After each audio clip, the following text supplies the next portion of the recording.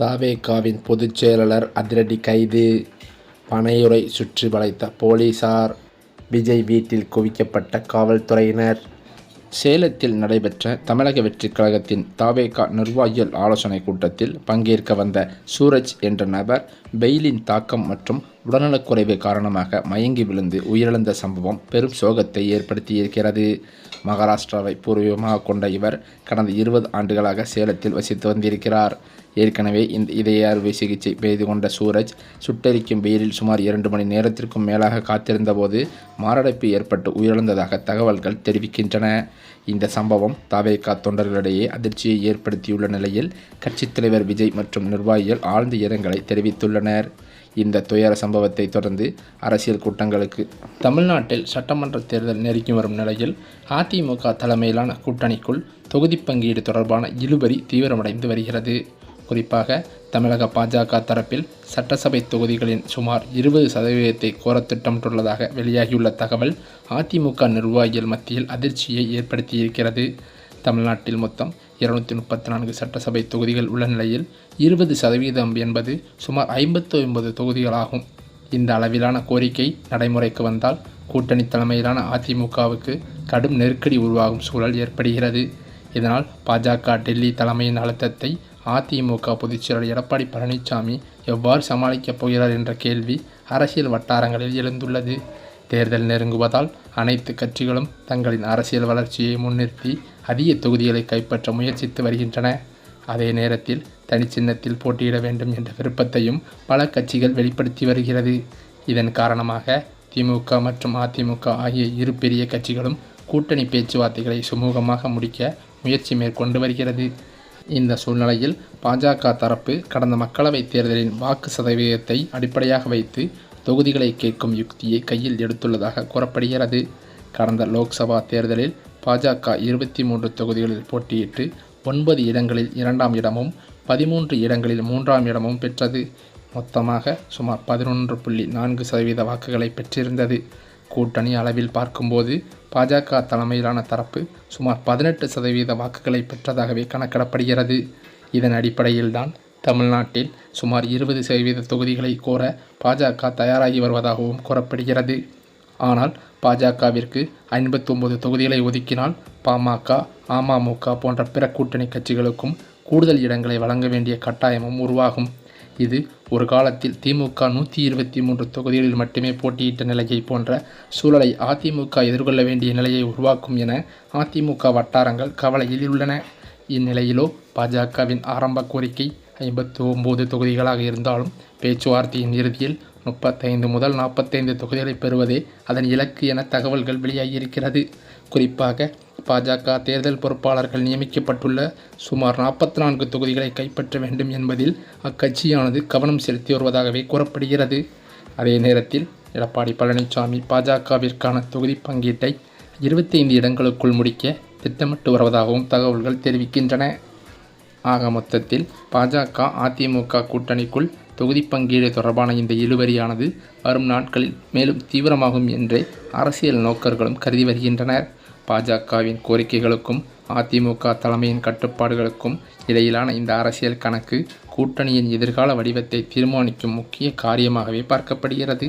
ஆகவே 2026 சட்டமன்ற தேர்தலுக்கான களப்பணிகளை தமிழக பாஜக இப்போதே படிவேகமாக தொடங்கியிருக்கிறது. தமிழகத்தில் வலுவாக காலூன்றும் நோக்கில் பேச்சு வாய்ப்பு அதிகம் உள்ள 50க்கும் மேற்பட்ட தொகுதிகளை கண்டறிந்து அங்கு தேர்தல் பணிகளை துரிதப்படுத்துமாறு நிர்வாகிகளுக்கு கட்சி தலைமை அதிரடி உத்தரவும் பிறப்பித்திருக்கிறதாம். அதே சமயம் குறிப்பாக இந்த தொகுதிகளில் பூத் கமிட்டிகளை வலுப்படுத்துவது மற்றும் மத்திய அரசின் திட்டங்களை மக்களிடம் நேரடியாக கொண்டு செல்வது போன்ற பணிகளில் கவனம் செலுத்துமாறு அறிவுறுத்தப்பட்டுள்ளதாம். மேலும் அது மட்டுமில்லாமல் தமிழக அரசியலில் சட்டமன்ற தேர்தல் களமானது சூடுபிடிக்க தொடங்கியிருக்கும் நிலையில் தேசிய ஜனநாயக கூட்டணியில் முன்னாள் முதலமைச்சரான ஓ பன்னீர்செல்வத்தை இணைக்க பாஜக தலைமை அதிரடியான மெகா ஆஃபர்களை வழங்கியுள்ளதாக தகவல்கள் வெளியாகியுள்ளன. அதிமுகவில் எடப்பாடி பழனிசாமிக்கும் ஓபிஎஸ்க்கும் இடையிலான மோதல் நீடித்து வரும் நிலையில் ஓபிஎஸ் தரப்பை தன்வசம் ஈர்க்க பாஜக தீவிரம் காட்டி வருகிறது. இதன் ஒரு பகுதியாக ஓபிஎஸ்க்கு ஆளுநர் பதவியும் அவரது மகன் ரவீந்திரநாத்திற்கு மாநிலங்களவை உறுப்பினர் பதவியும் வழங்க டெல்லி தலைமை முன்வந்துள்ளதாக கூறப்படுகிறது. அதிமுக பொதுச் செயலாளர் எடப்பாடி பழனிசாமிக்கும் சிக்கல் ஏற்படாத வகையில் இந்த திட்டம் வகுக்கப்பட்டுள்ளதாகவும் தெரிகிறது. ஓபிஎஸ் தேர்தல் அரசியலில் இருந்து விலகி ஆளுநர் போன்ற உயர் பதவிகளை ஏற்றுக்கொண்டால் அதிமுகவின் ஒற்றை தலைமைக்கு எந்த இடையூறும் இருக்காது என இபிஎஸ் தரப்பும் இதற்கு சம்மதிக்க வாய்ப்புள்ளதாக அரசியல் பகுதிகளில் தகவல்கள் கருத்து வருகின்றன. அதே சமயம் தனது ஆதரவாளர்கள் திமுக பக்கம் சாய்ந்து வரும் நிலையில் தனது மகனின் அரசியல் எதிர்காலத்தையும் சட்ட ரீதியான பாதுகாப்பையும் கருத்தில் கொண்டு ஓபிஎஸ் இந்த ஆஃபரை ஏற்க தயாராகிவிட்டதாகவே தெரிகிறது. பிரதமர் நரேந்திர மோடி வரும் 23ஆம் தேதி தமிழகத்திற்கு பிரச்சாரத்திற்காக வரவுள்ள நிலையில் அதற்குள் ஓபிஎஸ் அணியுடனான கூட்டணி பேச்சுவார்த்தையை இறுதி செய்ய பாஜக மேலிட பொறுப்பாளர் பியூஷ் கோயல் சென்னை வந்திருக்கிறாராம். ஏற்கனவே டிடிவி தினகரன் இந்த கூட்டணியை உறுதி செய்துள்ள நிலையில் தற்போது ஓபிஎஸ் மகனும் பியூஷ் கோயலை சந்தித்து பேசியிருக்கிறார். இதனால் பிரதமர் மோடி பங்கேற்கும் பொதுக்கூட்ட மேடையில் ஓபிஎஸ் உள்ளிட்ட கூட்டணி கட்சி தலைவர்கள் அனைவரும் ஓரணியில் திரண்டு பாஜக அதிமுக கூட்டணியின் பலத்தை காட்டுவார்கள் என்று எதிர்பார்க்கப்பட்டு வருகிறது. அதே சமயம் தேர்தல் களத்தில் பாஜகவின் தேர்தல் வியூகங்கள் எப்போதும் விவாதத்திற்குரியவதாகத்தான் பார்க்கப்படுகிறது. குறிப்பாக மத்திய உள்துறை அமைச்சர் அமித்ஷா தமிழ்நாட்டின் அரசியலில் நேரடியாக கவனம் செலுத்த தொடங்கியிருப்பது தற்போதைய சூழலை முற்றிலுமாக மாற்றியமைத்துள்ளது. பீகாரில் நிதிஷ்குமாரையும் மற்றும் சில கட்சிகளையும் ஒருங்கிணைத்து வெற்றி கண்ட அதே பீகார் ஃபார்முலா தற்போது தமிழகத்திலும் வெற்றிகரமாக செயல்படுத்தப்பட்டுள்ளது. பிரிந்து கிடந்த சக்திகளையும் சீரிய கட்சிகளையும் ஒரே குடையின் கீழ் கொண்டு வந்ததில் அமித்ஷாவின் பங்கு மிக முக்கியமானது என அரசியல் நோக்கர்களும் கருதி வருகின்றனர்.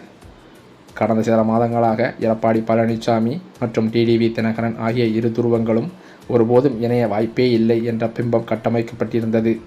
பல மேடைகளில் இருவரும் ஒருவரை ஒருவர் கடுமையாக விமர்சித்து வந்த நிலையில் ஆனால் அமித்ஷாவின் சாணக்கியத்தனமான தலையீடு இந்த சூழலை தலைகீழாக மாற்றியிருக்கிறது.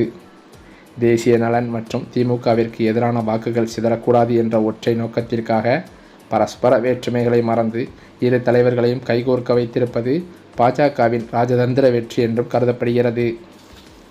அமித்ஷா எப்போதுமே ஒரு மாநிலத்தின் கள யதார்த்தத்தை நன்கு ஆய்ந்த பிறகே தனது காய்களை நகர்த்துவாராம்.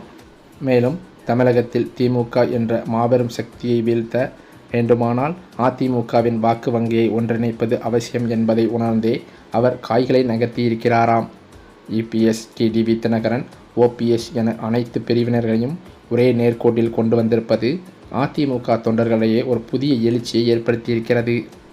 அமித்ஷா கைவத்தால் அது ராங்கா போகாது என்ற நம்பிக்கையை இந்த கூட்டணி உருவாக்கமானது மீண்டும் உறுதிப்படுத்தியிருக்கிறது என்றே சொல்லலாம். இந்த நிலையிலோ தேசிய ஜனநாயக கூட்டணி சார்பாக பாஜகவில் போட்டியிடும் அண்ணாமலை அவர்கள் மிக முக்கியமான தொகுதியில் நிற்பதாகவும் தகவல்கள் வெளியான நிலையில் அது பாஜகவின் முன்னாள் மாநில தலைவர் அண்ணாமலை அவர்கள் கோயம்புத்தூர் சிங்காநல்லூர் தொகுதியில் போட்டியிட வாய்ப்பு உள்ளதாக தகவல்கள் வெளியாகியிருக்கிறது. சிங்காநல்லூர் தொகுதியில் கட்சியை பலப்படுத்தும் பணிகளை அவர் இப்போதே தொடங்கிவிட்டதாகவும் கூறப்படுகிறது. அதே சமயம் அதே தொகுதியில் வானதி சீனிவாசன் அவர்களின் ஆதரவாளரான மற்றொரு புள்ளியை போட்டியிட வைப்பதற்கு வானதி சீனிவாசன் எண்ணிய நிலையில் தற்போது தமிழக வெற்றி கழகத்திலிருந்து விஜய் போட்டியிடுவதற்கு அதிக வாய்ப்புகள் இருப்பதாக தகவல்கள் வெளியாகியுள்ளது. அது மட்டுமில்லாமல் பல்வேறு மாவட்ட செயலாளர்கள் வேட்பாளர் பட்டியலில் இடம்பெற வேண்டும் என்று கடும் மோதலில் ஈடுபட்டு வருவதாகவும் தமிழக வெற்றி கழக தொண்டர்கள் மத்தியில் பேச்சுக்கள் அடிபடுகிறது. இதனால் கடும் அப்செட்டில் இருந்த வேட்பாளர் பட்டியலில் இல்லாத மாவட்ட செயலாளர்கள் 40 பேர் தமிழக வெற்றி கழகத்திலிருந்து ஒரேடியாக விலகுவதற்கு முடிவெடுத்து விட்டதாக அதிர்ச்சி தகவல்கள் பரவி வருகிறது. இந்த தகவலால் தற்போது தமிழக வெற்றி கழக தலைவர் மற்றும் பொதுச் செயலாளர் புஷி ஆனந்த் அவர்கள் கடும் அப்செட்டில் இருந்து வருகிறார்களாம். இதனைத் தொடர்ந்து தவேகாவின் பொதுச் செயலாளரான புஷி ஆனந்த் அதிரடியாக கைது செய்ய உள்ளதாகவும் காவல்துறை வட்டாரங்களில் தகவல்கள் கசிந்துள்ளது. இதன் காரணத்தினால் தவேகா தொண்டர்கள் அனைவரும் அதிர்ச்சியில் இருந்து வருவதாகவும் சொல்லப்படுகிறது.